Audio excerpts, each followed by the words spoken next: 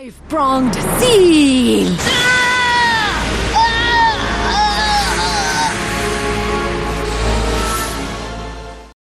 The chunin exam.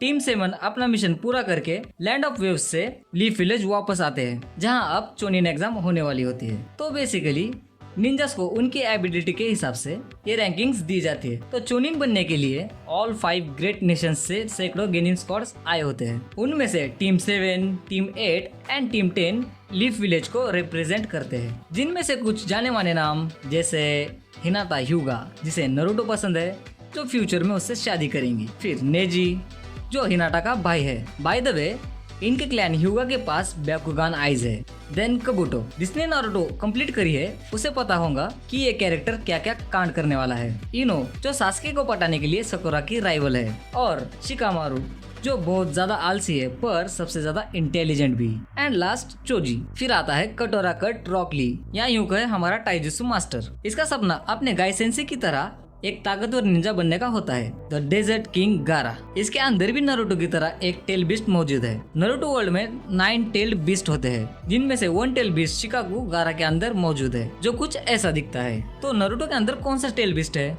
वो है 9 tell beast कुरोमा।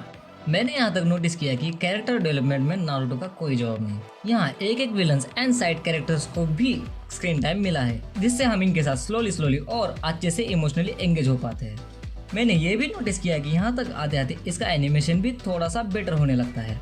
तो फिर से चुनिन एग्जाम पे आते हैं। ये एग्जाम जो 3 स्टेजेस में होने वाली होती है। First written exam. Second stage में सभी पार्टिसिपेंट्स को एक जंगल के अंदर 5 दिनों के लिए छोड़ा जाता है। उन सभी को आपस में लड़के 5 दिनों के अंदर 2 हेवन एंड अर्थ स्क्रोल लाना होता है, जिसमें हर एक टीम को एक स्क्रोल दिया जाता है और दूसरा स्क्रोल किसी और टीम से चुराना पड़ता है। उसके बाद एक प्रिलिमिनरी राउंड एंड लास्ट में एक अरेना में आपस में फाइट करनी होगी। फिर जाके एक गेनिन निंजा चोनिन बनेगा।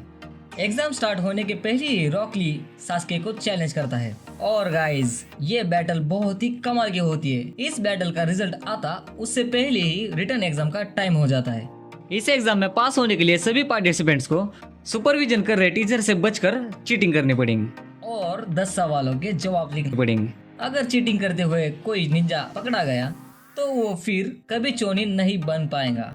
सब अपने अपने जुत्सु और चालाकी से बिना एग्जामिनर के नजर में आए आंसर लिखने लगते हैं, पर नारुतो एक भी सवाल का आंसर नहीं लिख पाता। वो चीटिंग नहीं कर पाता और ना ही उसके पास कोई स्किल होती है, पर इसी कारण वो पास हो जाता है, क्योंकि इस एग्जाम का मतलब ये था कि एग्जामिनर के नजर में ना आना, ना कि सही आंसर्स लिखना। तो रिटर्न एग्जाम को लकीली ही पास करके नारुतो और उसकी टीम 7 सेकेंड एग्जाम के लिए क्वालिफाई होती है। जी हाँ, सास्के और सकुरा भी पास हो गए हैं। सेकेंड राउंड आते आते सैकड़ों स्क्वाड में के सिर्फ 13 स्क्वाड ही बच जाते हैं। सेकेंड एग्जाम स्टार्ट होने से पहले ही वहाँ एक स्क्वाड को खत्म करके कुछ बेहरूपे जंगल के अंदर एंटर करते हैं। और हाँ, इनका भी टारगेट सास्के उचिया ही होता है। यहाँ तक नारुतो से ज्यादा मेन कैरेक्टर सास्के उचिया ही लग रहा था। तो चलो यार, फिर से एग्जाम पे आते हैं। एग्जाम बहुत ही ज्यादा अनप्रेडिक्टेबल और खतरों से भरी हुई होती है, क्योंकि इस जंगल को सब विनाश का जंगल कहते हैं। पर नारुतो इस जंगल को अंडर एस्टिमेट करता है, ये कहकर कि इसे विनाश का जंगल कहते हैं और बहुत जल्द तुम जान जाओगे। ऐसा क्यों? आगे सेकेंड राउंड स्टार्ट होते ही सभी शिनोबिस जंगल में एंटर करते हैं और अपना अपना स्क्रोल बचाकर सेकेंड स्क्रोल पाने के लिए स्ट्रेटजी बनाते हैं। कुछ टाइम बाद हमें गारा को एक टीम के साथ लड़ते हुए दिखाया जाता है। उस फाइट में गारा उन अपोनेंट्स को अकेले ही बड़े बेहरी में से मौत की नींद सुला देता है।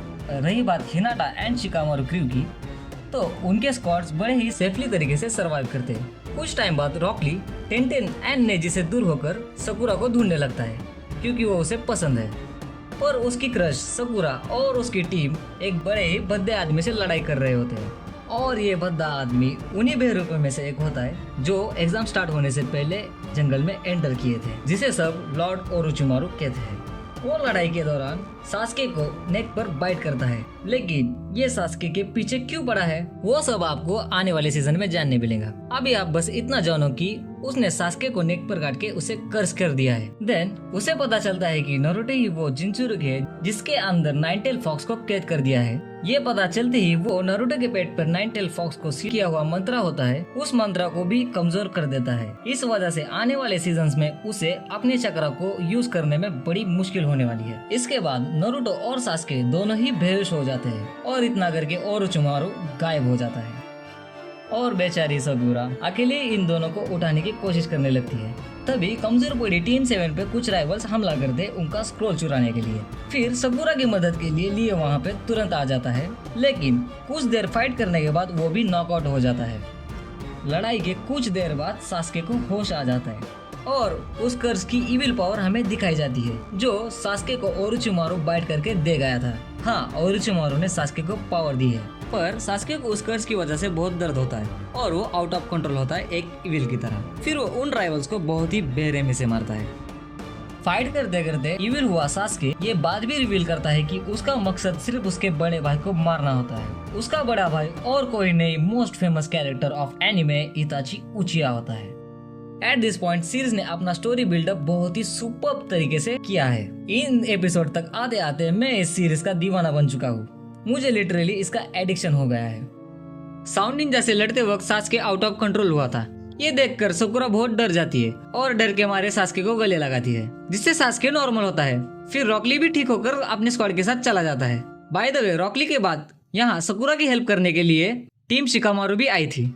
फिर एक दिन बाद नारुतो को भी होश आता है और उनकी मुलाकात कबूटो से होती है जो उनकी मदद करने के लिए आया था। उसके साथ मिलकर टीम 7 एग्जाम के लास्ट दिन में अर्थ स्क्रोल हासिल करने में कामयाब होती है, जो उन्हें हिडन रेन विलेज वालों से लड़कर मिला था, जिसे हासिल करने में नारुतो का बहुत बड़ा हाथ था। वो अकेले ही रेन विलेज वालों से 3-4 घंटों तक लड़ा था। इसके साथ टीम 7 नारुतो की बहादुरी और कबूटो की हेल्प से पास हो जाते हैं और प्रीलिम राउंड के लिए क्वालिफाई करते हैं।